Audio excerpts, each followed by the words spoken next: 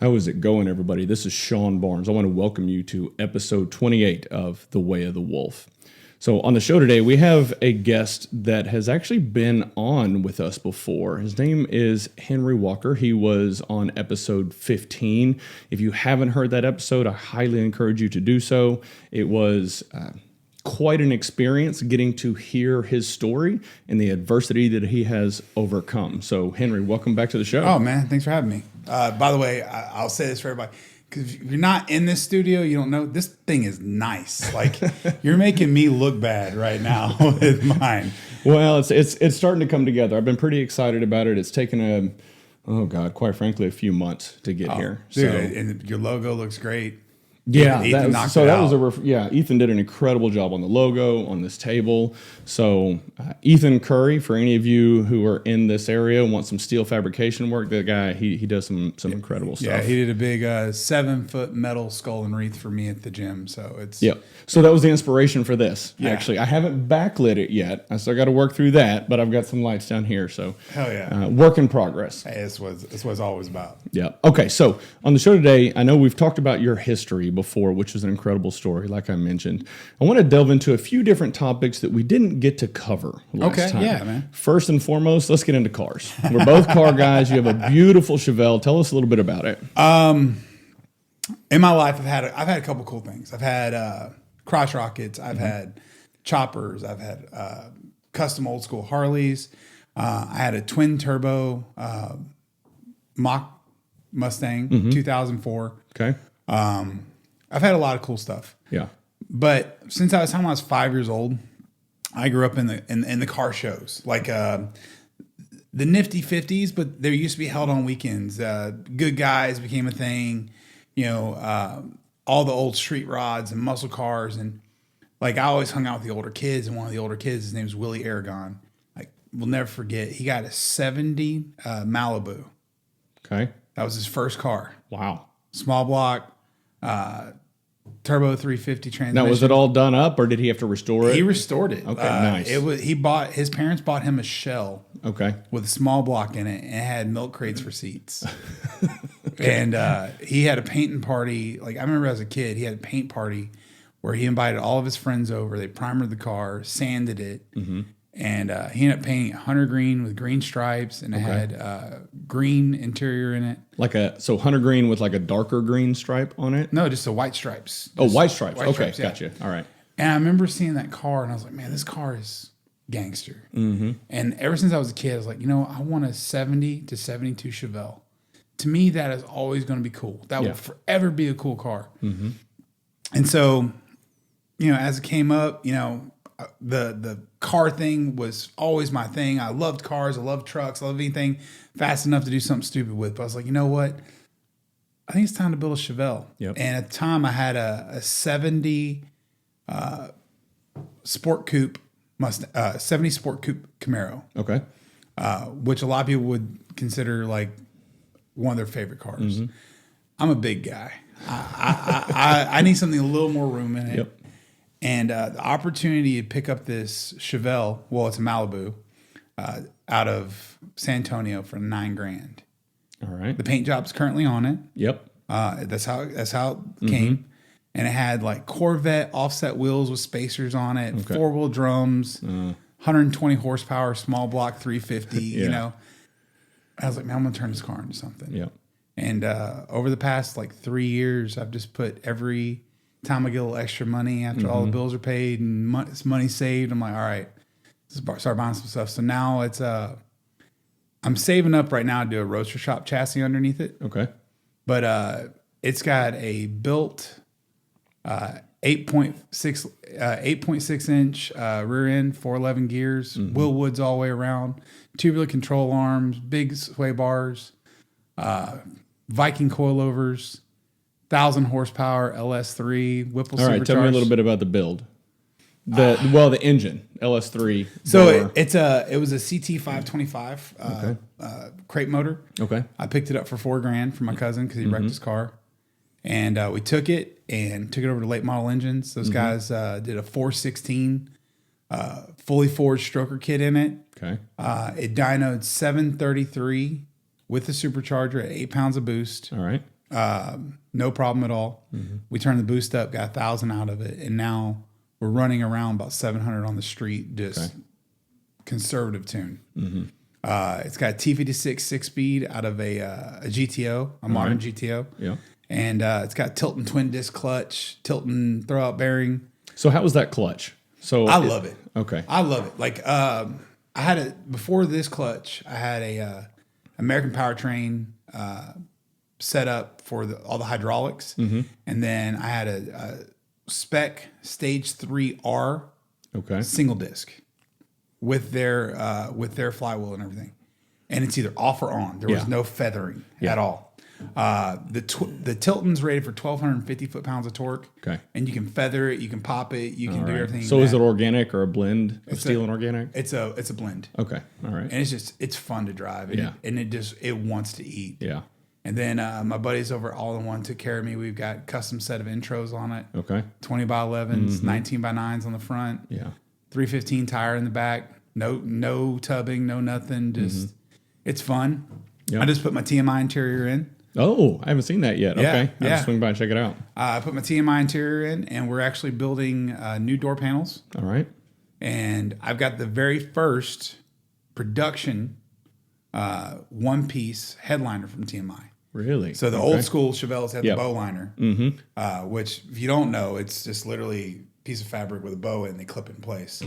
I have a one-piece all fiberglass molded, and it's wrapped in black suede, black sail panels, and then we're putting it's got Scar audio system in it right now. We're getting that out. Okay. Putting kicker in. All right. Just because better sound quality. And then we're building a custom center console. The same guys, All-in-One, are building a custom center console. We're putting an S1 sequential shifter in. Yeah. And then we're putting in Apple CarPlay. Nice. I'm building the car to drive. Like I want to be able to get in it, and yes, it's high horsepower. Yes, it's fun to drive. This is the fuel system's built for 1,500 horsepower. The cooling system's built for 1,500 horsepower.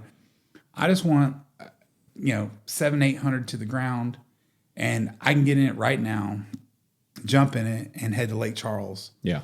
I can run 90 miles an hour on I-10, 2,500 RPM in 6th gear, and still get 19, 20 miles a gallon. Yeah. It's That's what it's all about. I mean, I think whenever I was younger, it was all about how fast can I go?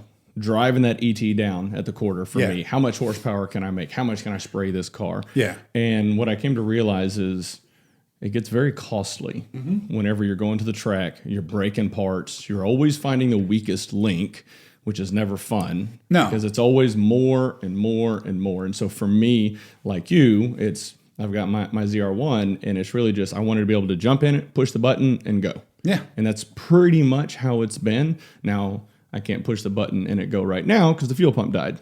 So time to upgrade to something that will support more power just in the event that I do. Well, but, I mean, you got the pulley set up. You've done a whole bunch of stuff. So it's head cam, ported blower, full bolt-ons. Still just a 2.6 pulley, so it only makes like 11 pounds of boost, but it put 730 to the wheels. Oh, that's more than enough. Especially on a 3,300 pound, 3,200 pound car. It's a handful. Believe it or not, our cars are about the same weight. Really? I tip the scales at 3310. That's crazy. I would have figured it would have been a lot heavier. No, have you done a lot of weight savings or no? It's just a light car. Just a light car. Like you got to remember in '70 they didn't have all the sound deadening and all the electronics and all that stuff. So it's got sound deadening in it now because when we originally got it, it was about 3,200 pounds. Okay, all right. And then we took the motor out, which took another 100 pounds off of it, but we put a lot of weight back in with sound deadening, just trying to make it a little bit more drivable. Make the cabin a little more nicer. So I'm doing the exact same thing. I just ordered a heavy duty extreme sound deadening kit that actually just came in just the other day. So I'm going to be putting that in my car here pretty soon. Well, yeah, I mean, you have one of the coolest cars out there. You have a rarity. It's and the fact of it is we have another buddy, Chris Moore. Yep. Who's got the same car. The gray. Yeah. Yeah. So he's that one makes a lot of power from what I remember. 1,300 horsepower. Jeez. And he's got everything done. Yeah. And he's got the titanium coated pistons, all that stuff. So he's next level with it. Yeah. But I mean, at the same time, with what he's got going on, he's trying to drive down ET, and he's got his own business. Plus, he's got his day job. Also, he's got the disposable income where he doesn't want to drive it on the street. I want to drive my car on the street. You want to drive your car on the street. Exactly. Yeah. Okay. So let's talk about business ownership. You had a chance to share your story. One of the things that I've I don't know, I guess clued into recently, or started paying more attention to recently, is how businesses are starting to be much more outspoken about their beliefs, political beliefs, and whatever that may be. Now, I see other business owners that just kind of toe that line and they stay quiet. They don't want to upset half of their customer base. And I've been watching recently because I find it very interesting. You see businesses that are kind of coming out making statements that lean to the left, others that lean to the right. One of the things that I respect about you and Chris Tarver, you're very open about, hey, this is what I believe. If you don't like it, suck it, quite frankly. Fuck you. Yeah, pretty much. Yeah. So tell me a little bit about that. Has that always been how you are? And then have you seen any sort of changes in your customer base by being outspoken? So I have this friend. He has a Mexican food restaurant in Conroe. He's the owner, and he told me, he goes, you can't make everyone happy. And I was okay. He goes, no matter how hard you work, no matter what you do, you're not going to make everyone happy. And I was like, okay, well, I'm going to try. And for about the first year and a half in business, I tried to make everybody happy. I stayed quiet, this and that. And I realized, like, you can look at someone wrong and offend them. And it kind of went to this place where I was like, you know what? I'm tired of kissing everyone's ass and everybody thinking I'm either this or I'm that. If you're going to pass judgment on me, you're going to pass judgment on the real me. And I'm not going to sugarcoat it. I'm not going to bitch out. I'm just going to I'm going to be this way from the get-go. And it kind of bothers people when I say things like, fuck the government. I don't give two fucks about Black Lives Matter. I don't give two fucks about the conservative parties. I don't give two fucks about the liberal parties.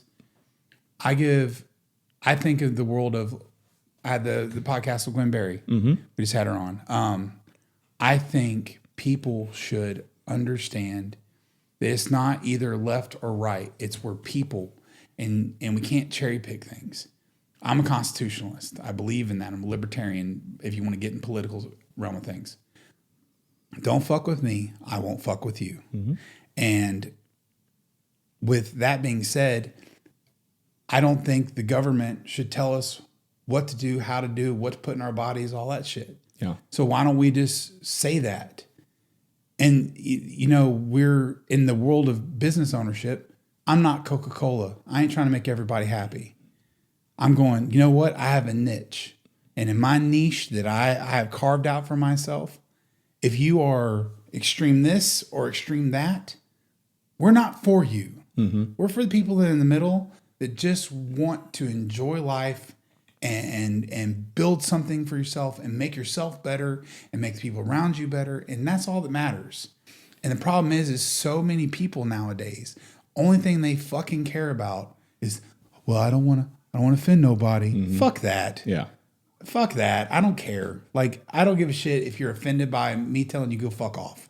It is what it is. I'm here to do a job. I'm here to make money. I'm here to change people's lives. I can't do that if I'm constantly worried about what someone thinks about me. I can't. You couldn't do that. In the corporate world. If you constantly looked at somebody and go, I got to worry about offending this person, then you will never be able to do your job. And I think more people need to understand it's about doing right for people and going, you know what? If we're the silent majority, the people that are in the middle are the actual silent majority, people that are quiet, someone needs to speak up. Someone needs to say, it doesn't matter. Like, we shouldn't have to worry about these things. We shouldn't have to worry about, well, I don't have enough black customers. What do I got to do? I don't have enough Hispanic customers. I don't know what to do. Oh, I'm going to piss off the white people. I'm going to piss off fuck them. Either you're with me or you're not. And that's just the way it needs to be. Tarver's got a great fucking philosophy. Yeah. He speaks his mind. He talks about Christianity. I'm a believer. Yeah. We have these things that I don't care if I offend you. This is what I believe. You can call me crazy. You can call me stupid. You can do all those things, but I'm not going to change who I am for anybody anymore. Well, here's the thing. I think that there are so many people, and I'll just go ahead and say the silent majority, that respect that so much. And so from my perspective, I think whenever I see someone like you, like Tarver, some people that are comfortable speaking their mind and not worried about who am I going to offend, who am I going to piss off, that makes me want to do business with that person, because they're genuine and they're real, and you know that they're going to tell it to you straight. Same thing with Scott Wells. He's Scott's better. Good people, man. He's better now. But 10 years ago, he was really good at being very outspoken, and to a point where I think it did drive some people away, but it also brought a lot of people in because they wanted that realness that you brought to the table. Well, it's why would you alienate? Why would you think you're alienating people by speaking your mind? People are going to either be with you, and they're going to go, hey, man, I like your style. Or they're going to say, hey, man, it's not for me. If it's not for you, that's cool. Yeah. Go on down the road. Well, so I think, and you touched on this with your episode with Gwen, where you talk about cancel culture. Yeah. And I think that is becoming more and more of an issue. And there's people that, or I suspect, there are people and business owners that are a little bit fearful of, oh my God, if I say the wrong thing, they're going to try to shut my business down, or they're going to prevent me from promoting my business and things like that. Well, honestly, the cancel culture I think it's dying. I think when you have people like Bill Maher, people like Jon Stewart, that are now going, okay, this has gone too far. Yeah. You're taking comments from 15, 20 years ago, and you need to cancel this person because they called someone fat. You shouldn't do business with them. They said 15, 20 years ago. That's stupid. Yeah. And when you have people that are on both sides of the spectrum that are getting called out and attacked because of just having an opinion from so long ago. Yeah. People can change. People can get better. People can change their thought process. They can do all these things. But to say, why don't we do business with them now? Because 15 years ago they were an asshole. No, that doesn't work. And I think more people need to figure that part out. They do. All right. So with business, I also see there's a little bit of a phrase that I've heard, and I can't recall where I heard it from, but somebody's basically saying there's two ways to have the biggest building. One is to be the best and the best engineers and the best materials and build the biggest building. Yeah. The other approach is to tear down everyone else's building until yours is the only one that's left standing. Now, whenever I apply that to the things that you've experienced, I think you've built an incredible building in Legacy Barbell. Thank you. But I also know that you have had challenges with a lot of competing gyms that have tried to tear your building down. How has that been? Well, again, same guy who owns the restaurant told me, he goes, you don't have any competition. You're your own competition. Yeah. And I take that into everyday life. I take it to a place where, okay, fine. We're competitors to you. I'm 10 miles away, whatever. We have similar ideas, similar thought processes. That's fine. But I got people currently, there's a gym. They're off Louetta. And the grand scheme of things, Louetta and Oak Ridge aren't that far apart in the grand scheme of things. Yeah. But there are people that won't drive 10 minutes down the road to go to a gym. They want one that's right outside their neighborhood.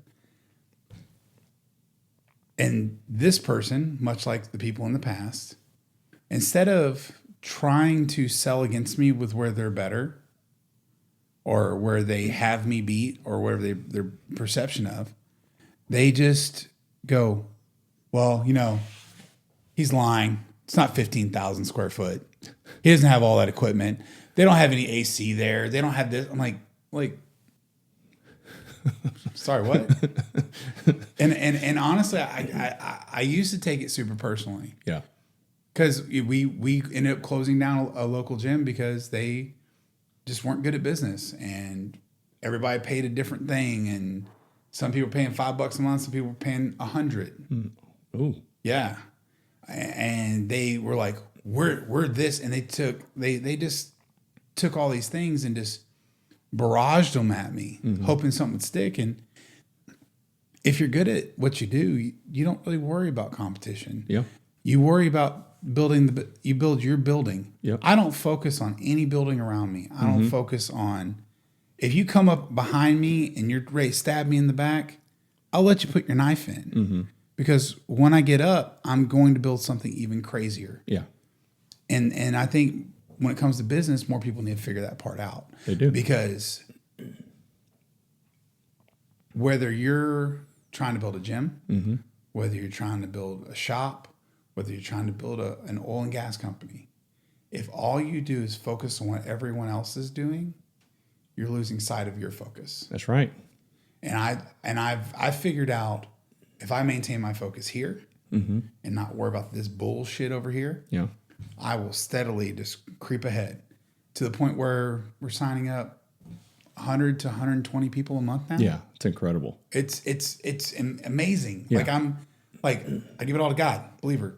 I give it all to God, and I say, because before we opened the doors of that place, my wife and I, The new gym? Or the new okay, gym. Yeah. Before we opened the doors, the night before we got the clear to open, we sat there, put our hands on the floor, and we prayed. And we said, God, just let us change people's lives. Let us show the world that we can do something the right way and not take advantage of people, and show people that the preconceived notions of what we do isn't that. And bless us and help us keep going. And since doing that, when we opened the doors 3 weeks before COVID, we had about 622 members. We're at just shy of 1,600 right now. That's incredible. In a year. Yeah. 1,000 people in a year. Now, a lot of that has to do with COVID. A lot of that has to do with me speaking out. Yeah. A lot of it has to do with Fox News. But none of it would be possible if God didn't hear what I was asking for and arranging that and helping people find us. And now our social media marketing is, and I still run it. I don't have a company doing it. Somehow, some way, it's now getting out there, and more people are seeing it and figuring out how to do this. So if I keep that focus, it's going to keep growing. And if I worry about this gym or this supplement company or this one or this one or this one or whatever, I'm never going to make it. There's gyms that literally copy everything that I do, except they cheap out on the one thing that matters, which is the equipment. And they go, well, we're better than them. Well, I'm sure you are. In your area, you're better than me. Congrats. I don't fucking care. Yeah. I'm worried about here. Yep. I'm worried about the trajectory of my business, my future locations, what I'm doing, all those things. That is what I'm focusing on. Well, I think having that relentless drive and focus on your world and your business is such a crucial part of success. So, which is actually a good segue into our next topic. Whenever I think about success, I see a lot of, you'll see success stories and hear about success stories, and people, I've heard comments in the past, well, the more money you make, money corrupts, things like that. So I'm going to share my perspective on it, but I'm curious, What has success done for you? Do you feel that it's changed you or the people around you? What are your thoughts on that? Money does corrupt. Okay. That's why I've never had any. Okay. I'm just a weird person, man. Like, I'm just like anybody else. I enjoy money. Money helps. It does. Money buys me new guns or shit for my car or whatever, or allows me to take vacations. One day it'll buy me a Lambo. But I'm just a freak. I think that anytime I make a little bit of money, I try to figure a way to reinvest. Yeah. Or save it to where I can open my next one. And so money absolutely changes you. Okay. I remember when I first started, you want to talk about fear of the unknown, fear of, man, I've sunk everything I have into this. Mm-hmm. This is terrifying. Yeah. And I remember like getting 2-3 signups a month. Mm-hmm. Okay, I just need to hold on for a couple more months, because a couple more months, maybe I can get three to like 8. Yeah. And then, man, that'll help, and we'll be okay.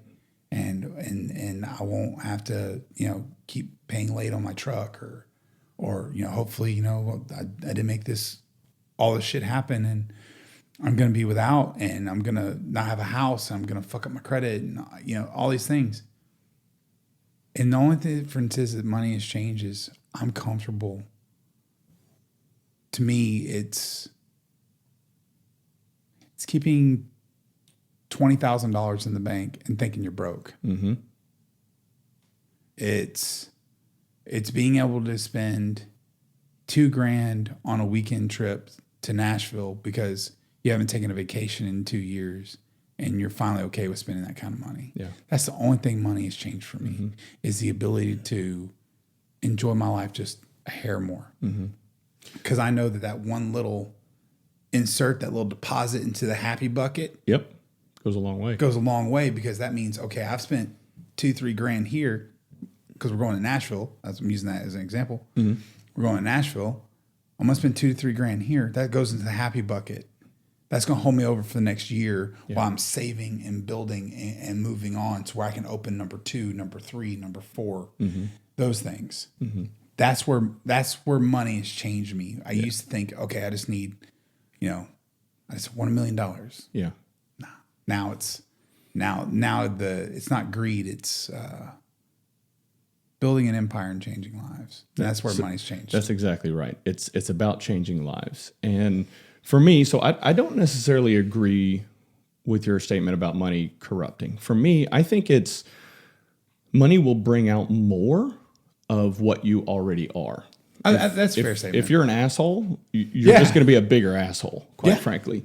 But if you have a good heart and are genuine and want to help people, it gives you additional means to do that. It gives you a vehicle to be able to help more people's lives. Well, and I think that's why we're friends, because you understand that part. Mm-hmm. I think somebody who, let's just say has a business, it's moderately successful, they go out and buy a Ferrari. Mm-hmm. They go out and buy a Lamborghini. They go out and just buy stuff to flex on people. Yeah. And to be this. And that's where I think the corruption line comes in. Mm-hmm. There are people in this life that money doesn't change them. Money doesn't affect them. Yeah, I wish I had a better role model when it came to that, because my dad went from most likely not to be anything to being literally the most successful person that ever came out of his high school. Mm-hmm. And money changed him, and money made him a complete fucking dick. It's either figuring out, am I going to be the asshole that becomes the bigger asshole? Yeah. Or am I going to go, hey, money's coming in and it helps me breathe a little better. Yep. But all right, we have like a month of comfort. What can we do to fuck that up and push ourselves even further? Mm-hmm. And I think my biggest victory to date was just recently. I paid off a $10,000 Amex. Yeah. With my profits for the month. I paid it off. And this month I'm looking a little lean. I'm sitting there going, okay, we got to do this. We got to do this. Because I want to keep putting money into marketing. I want to keep doing this. And that's where the money comes into play. Mm-hmm. And I'll go, okay, what do I got to do? Where do I got to make sure I stay lean and mean and try to get to where I need to go? Yep. Because most people go, if you told them, hey, I make $30,000 a month, I'm doing fucking great. Mm-hmm. That's not success. Success is you've got $1 million in mailbox money, and instead of spending it all on yourself, turning around, building something else, building something bigger, adding to more and more and more. Yeah. And helping those that helped you build, bring those in. And that's where that happiness comes in. That's where that the money corrupting you. Yeah. Well, it's my money. I'm going to do what the fuck I want. Instead of going, all right, let's take my team my core people, my A team, they've all got raises. Mm-hmm. Yep. My manager just got another raise. Yeah. I'm spending money and time and effort on these people because these people see the day to day. Yeah. And just going, instead of keeping the money for myself, it's giving it to them and going, hey, you all got raises. What can we do to make this place better? Mm-hmm. And how can we keep doing it? And hiring more people that are like that and building that team. That team goes off and builds their own teams and all this. That's where money comes into play. Yeah. Because you're able to positively impact people's lives, not just from the fitness perspective, but financially. Yes. You're able to potentially change the trajectory of their lives. And that builds so much strength and culture, and then the people that are working with you. Yeah. And I say with you very intentionally because I've had conversations. I'm not the boss for you. They work with you. They work with me. And that's what leadership's all about. And that's the dichotomy of leadership. Yep. Is being a leader and learning that I hate the term boss. I hate being called boss. I hate that because to me I'm not going. If I want you to clean the toilet, you're going to watch me clean the toilet first. Mm-hmm. If something needs to be picked up, you'll see me walk around pick it up myself because I will. And I'm gonna talk about someone that changed the kind of way I look at things. One of my own employees, Eric Polius, super nice guy. One of the people love him when they walk through the door. And what I tell people is when Eric first started me, he still drives it. We're trying to give him a new car. But he drives this old beat up Honda Accord. And he was struggling to even put gas in it. Mm-hmm. Now he's responsible for 1/3 of the payroll. Wow. Which might not seem like a lot to most people, but to go from zero to where you are literally getting 1/3 of the payroll because you work your ass off and people like you so much and you spend so much time building something and being part of it. That is one of the greatest compliments in the world because I see him working now. I see him. He's now doing Forex trading. He's doing all this great stuff. And it's building that up. Mm-hmm. And honestly, like if it wasn't for him, if it wasn't for Nikki, if it wasn't for Jeff, who's been with me for 3-4 years, like these people, I wouldn't be here. Yeah. That's how amazing these people are. So take that money instead of going, this is my new car. Yeah. This is, hey, what do you think of these new shoes? This is my new Jordans. No, it's, hey man, you've been killing it. Let's get you a raise. Yeah. So one of the interesting experiences I've had, we talked a lot about my career in oil and gas, all the integrations and M&A stuff that I've been able to be a part of.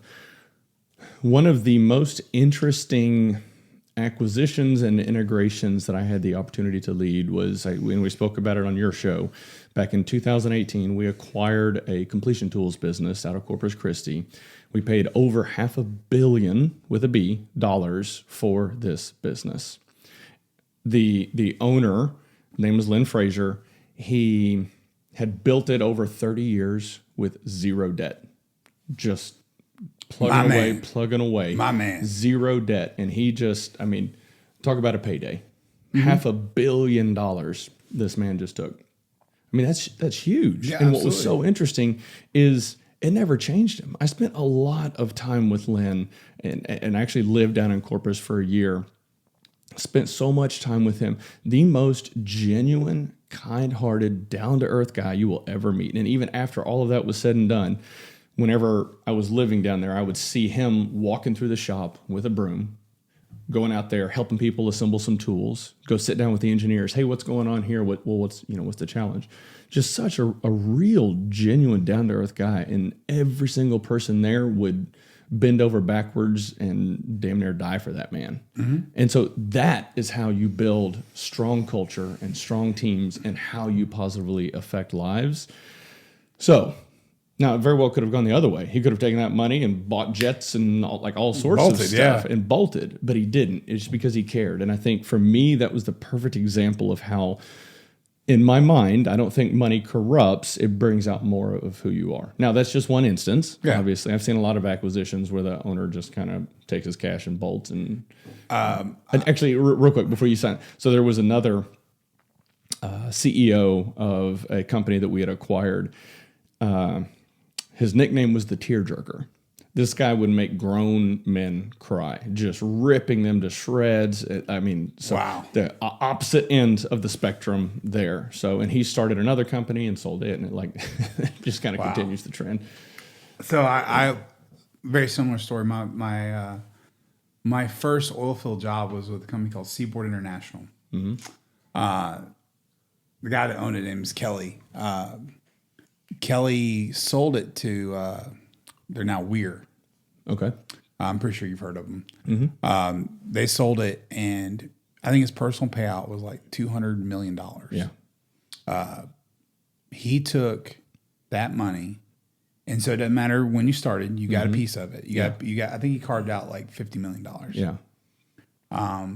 And if you first started, you're there for like 6 months, you got a couple grand. Yeah. If you're there for a couple of years, you got.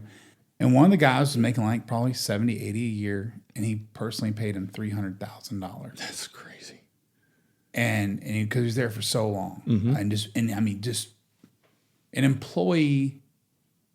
Grant, we're talking about entrepreneurship, but in the employee realm, he goes, "This employee has never let me down," and they built something together, and he made sure he's taken care of. And the guy just wanted to work in the shop, and he goes, he's never wanted to be more than what he is, and so he got a check for $300,000. Yeah.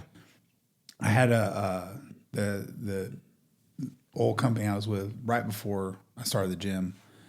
The owner of that company taught me a lot about business. He taught me a lot about being debt free, a lot about what you do with money, how you treat people.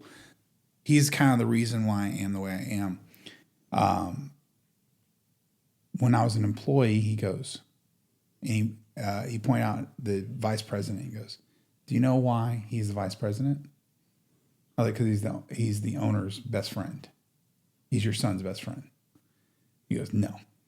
The reason why he's the vice president is because if he says he's going to do something, it's done. It's done right, and it's done right now. Mm-hmm. Whenever he says it's good, it's beyond good." And it took him years to build that. But when he says it, it's done. I never question him. I never ask again. Mm-hmm. It's done. Yeah. And that's the way I treat every one of my staff. My staff tells me it took a while to build it. It took a while to build the team. But if I ask something of them, it's done. Mm-hmm. And I never question it. And every time we do a little bit more business, I bump everybody up. Yep. I want everybody to be taken care of. I don't want my staff to leave me. Yeah. I don't want to start over and have to train somebody else. I just want to go, all right, you're in charge of this. You're doing this. And it all kind of just works out. And it's been glorious. And I think if you're an employee and you're struggling to figure out like how to grow and how to become that, I think that's the best, use that advice. Because the moment you become indispensable, every employee I've ever known, he can't get rid of me. I'm this, the attitude changes. Yep. And that's where it comes from. Like you have to figure out that part, and you have to build it, and you have to make something work from that line of things. So for me, it's money, having the right people you have to teach you how to spend money, right people how to make you better. Mm-hmm. It just goes from there, man. Yeah. It's awesome. Yeah, absolutely. So, all right. I ramble. No, that's perfect.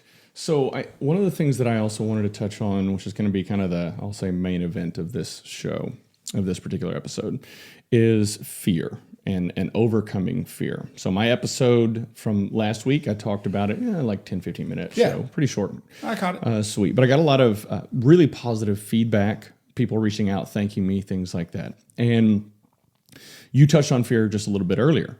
about your fear whenever you were opening the gym. Now, you've had a few challenging times when you first opened the doors at the original gym, Yeah. and then whenever you moved over to the new one, right before the pandemic hit. Talk to me about fear, how it impacted you, and how did you ultimately overcome it? What were some of the things that you learned along the way? It's kind of a weird segue, but cancer patients have a thing, and it's tattooed on a lot of them. It says, "Fear is a liar." We have this overwhelming fear of everything we do failing, and that's completely normal. I think anytime you step way the fuck outside of the comfort zone, there's fear involved, and that's completely normal. When I was opening the gym, I was terrified. I was cocky yet terrified, which is the craziest feeling. I was like, oh, we're going to be successful. Just give us a couple months. A couple months came by, and I was like, okay, this is going to suck.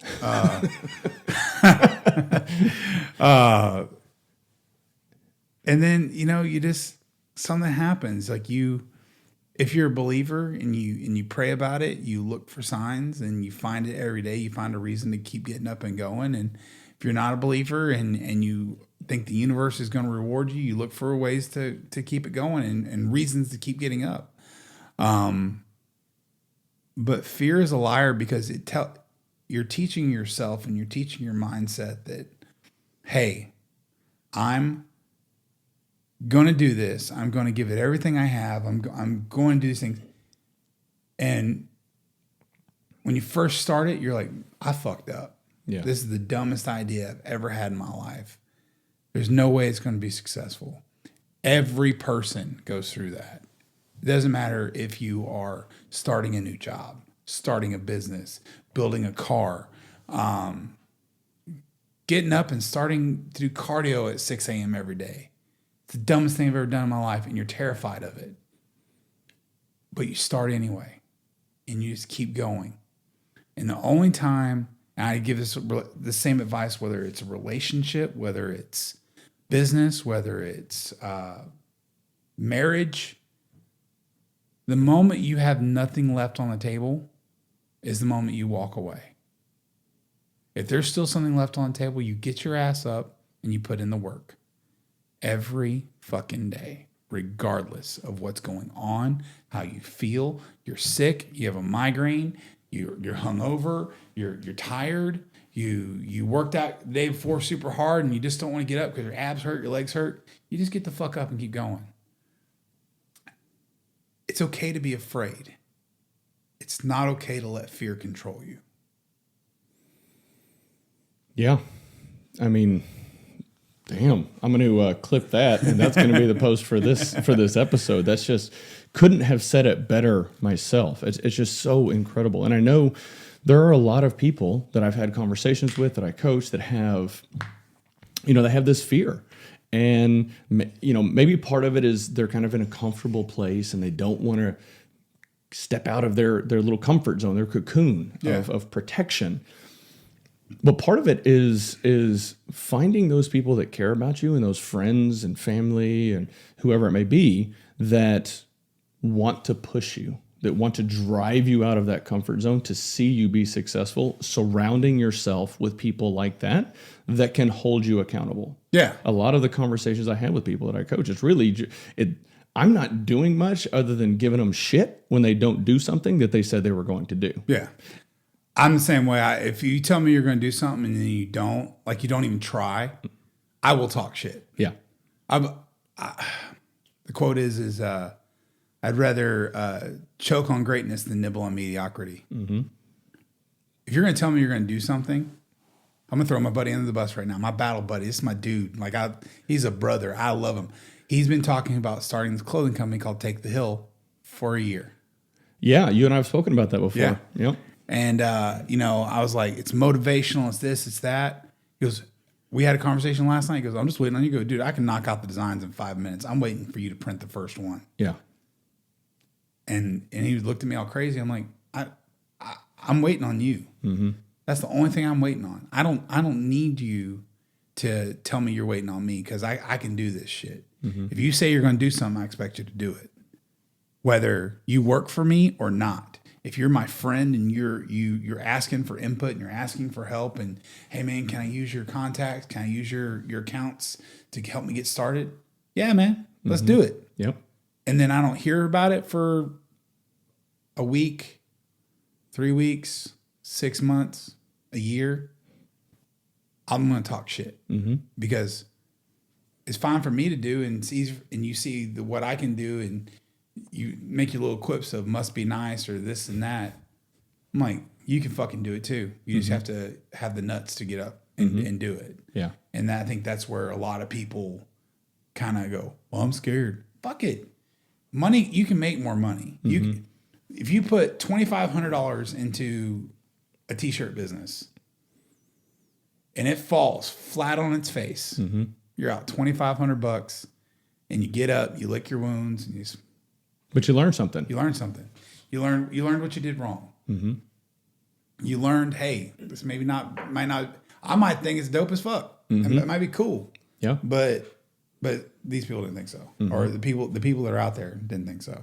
Well, like you and I've also discussed, I mean, for me, especially after I graduated from college, I had tried starting a PC repair company years and years ago because computers were my thing. I also tried starting kind of an automotive performance shop. You know, what's interesting on that note, so Dave Vassar, he's the owner of the Nitrous Outlet. I worked for him for many years whenever I was going to school up in Waco. And he actually just sent me a message the other day on Facebook. There was, I had a 2002 Ford Lightning years ago. Awesome truck. Yeah, I freaking love that truck. So I worked with a local fabrication shop up in Willis and created a nitrous plate to go between the throttle body and the intake plane because they just, I mean, there's nozzles, but nobody made a plate for them. And even today, not many companies make a plate. So the name of the company was Bad Habit Motorsports, and had this built aluminum plate, had Bad Habit Motorsports engraved on the front of it. Years ago, whenever I was parting everything out and selling, I sold the plate off. About 6 to 8 weeks ago, Dave ran across it for sale on a Facebook forum post, and he sent me the post. I reached out to the guy. He'd already sold it to somebody else, and I started trying to chat with that person. And I was actually just going to buy it from him. So look, I don't care what you paid for it. I'll pay you double. But for me, it was nostalgic. It was nostalgic for me, quite frankly, and never even been used. The plate is like over all these years. It's never even been used. It's the only one. Never even been tested on a dyno spray. Like it's never even been tested. This guy put it on his car. I'm like, hell yeah. Be forewarned. Party. Party. That's what I'm talking about. So. It's funny how those things kind of come around years and years later. Yeah. So in any event, both of my businesses failed, but I learned. And I've been, like you and I've discussed, I've been in the corporate world for a very long time and started doing a lot of the coaching and things that I've talked to you about on the side and absolutely love it. I've learned so much. And I've had mentors over the years that have basically said, well, until you quit your full-time career, you're never going to amount to anything on this side business and this coach, like all this stuff you're doing. So what worked for that person doesn't always work for someone like myself who's very risk averse. I would rather build something on the side and just impact lives. And the coaching stuff that I do, I'm not charging anybody for it. I'm just learning. I'm trying to really genuinely just help people out. You're helping people and building your niche. Exactly. And so, and eventually I will do that full time. That will be my goal as I kind of build things up. But I've learned over the years. Yeah. And I've learned a tremendous amount in my corporate career, but I also know what my end game is. Yeah. And so for me, I'm taking a different approach than what you took, than what Stacey Rocca took, than all of these people. What's important is never losing sight of that passion. Correct. Never losing sight of what you want to accomplish in life. You hear stories all the time about people interviewing someone in their 80s, 90s, or even older say, tell me about your life. And all they talk about are the things that they regret not doing. Absolutely. For those of you listening, do not be that person. Don't turn into somebody 80, 90 years old and just regret, I wish I would have gone out there and started my business. To Henry's point, you can earn more money. If you sink everything into it and you fail, just go get another job. You can earn more money. You can go somewhere else and do something else, but don't let don't let yourself be the thing that's stopping you from accomplishing your dreams. Well, I jokingly say I can never go back. Once you have a taste of freedom, Yeah. you can never go back. If it all ends tomorrow, I'll probably go back to a rig or something like that, just because it's what I know. Yeah. But I tell people there's this place in your head that you have to find where, and for me, I jokingly say I operate on hate. I'm not a happy-go-lucky, happiness motivates me. No, hate motivates me. People trying to take me down motivate me. Whenever somebody makes a post that is completely false about my business because they want to be at a nicer place or whatever, it hits me in my core. And I'm like, okay, I got to get better. What can I do to get better? If I can't add the amenities that somebody wants, then I can go to my team and go, we need to bump up, make sure everything's clean. Make sure this. I went to Georgia Pacific and went on their website and I set up everything with a rep. And I was like, I want y'all's best marketing sense that you can do, because I want to take, when you walk into the gym, I want to have a smell. And I want this smell to permeate. I don't want it to be... The old gym had a smell. Oh, yeah. It must be. Oh, boy. We also didn't have the AC system that we have. Me and that landlord are still going round and round. But we're doing this thing to where I want to appeal to a different crowd. So I'm taking what somebody's hate that they were spewing about me. I took it internal, I took it personal, and I turned around like, you know what? I'm not happy-go-lucky doesn't motivate me. Yeah. Somebody talking shit about something I can get better at, that motivates me. So I'm going to get better. Yep. You weren't a hater, but I'm going to say something. Right. When you left for Corpus, like you had this thing for the first part time where you come in for a couple months, you cancel, and you back and forth. And forth. I took your criticism about not having enough functional stuff to heart, and I started saving. And at the time, we were making like a couple $100 a month. Yeah, we weren't making a whole lot. And I saved up, and like I remember you just came back. And I was like, "It's funny you're here." And I showed you the. I remember that. I showed you the inputs. I'm like, all new functional hexagon dumbbells. Like I take it to a place where I'm like, I take it personally when somebody cancels. I take it personally when someone says that we have a mechanic's bathroom. I take it personal when someone says our AC doesn't work. So I called the AC company. I was like, hey, why is it doing this in the middle of the day? The filters. Okay, let's take care of that. Yeah. I take it personally because I want to be the best. I want to own what I do. I want someone to go, assess my name and my business name and go, that's the baddest motherfucker in here because he cares about every single aspect. That's me. That's how I operate. Yeah. You have to find this place in your head that motivates you to absolutely crush every goal. And whether you're failing or you are on top of the world, that place that motivates you and you're falling flat on your face, it makes you get the fuck up every day and proceed further and harder than you ever before. Because I don't want to be 90 years old, completely tattooed out, because that's my goal. I want completely tattooed out, driving old muscle cars and shit. I don't want to be that person and go, man, I wish I would have tried harder. I wish I wouldn't have stopped. That's not where I want to be. And I think I'm about to be 40, pushing 40. There is one regret in life that I have, and I'm open about it. It's not having a child. I can't have kids. So that's my biggest regret.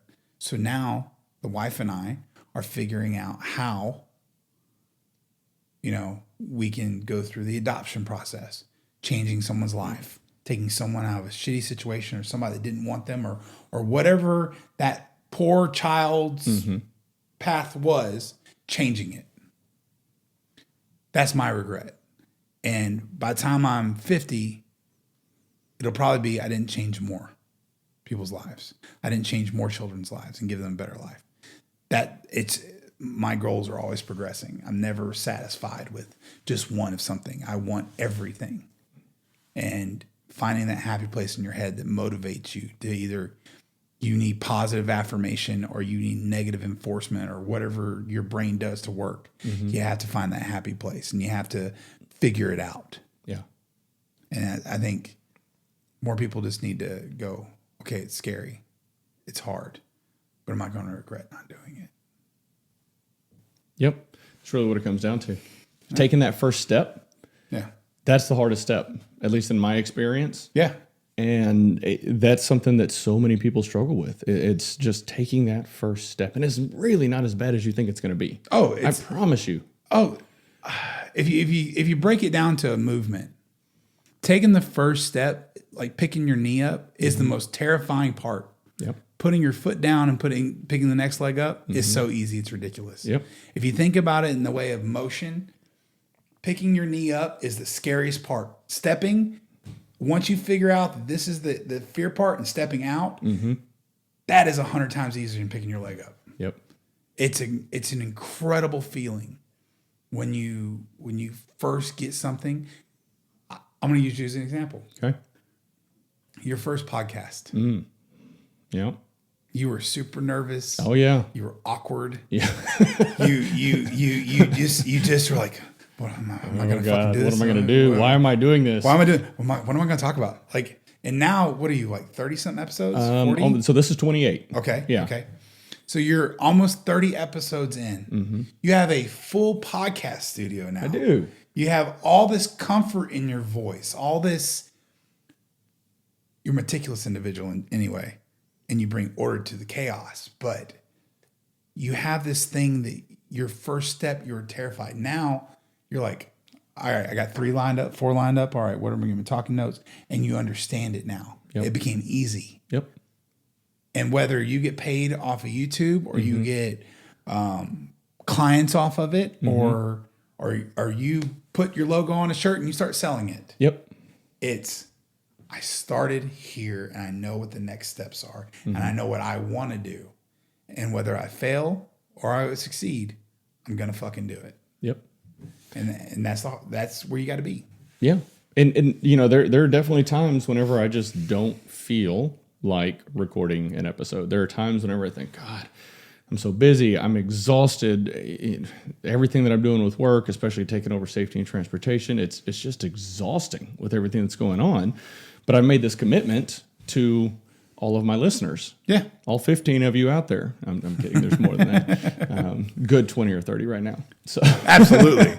Live stream, baby. But here's the thing. Like, I've made that commitment to myself and then everybody else that every single week I'm going to deliver. And so that's part of what also drives me, because I don't fail. I'll stumble, I'll trip around, I'll mess things up from time to time, but I don't fail. I always learn and keep moving forward. Well, with the heathen culture, like, there are weeks that I just don't have anything to say. If I don't have anything to say, I don't record. And the reason for it is when I'm recording, I want it to be authentic. If I have a guest on, I want to talk to that person. I want to pick their brain. I want to do those things. You know, Gwen is a fantastic friend. Yeah. Look up Gwen Berry. She's awesome.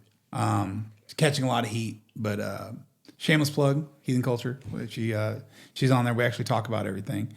But if I don't have something to say, I don't record. If I don't have somebody that I want to talk to and record the conversation and challenge somebody to, if you're making me change the way I look at things, I want to see if I can at least show you my opinion and maybe change the way you might look at something. You know, we talked about on the podcast yesterday where I haven't really seen racism in my life. You know, I grew up with a very shitty situation, and I've heard a lot of racist things in my life, but I was never that way. When she came out and she got number 3, she got bronze, and she stood there with an activist athlete T-shirt, and she turned away from the flag, and I saw how many news stations and how many news people just barraged her and talked all this shit.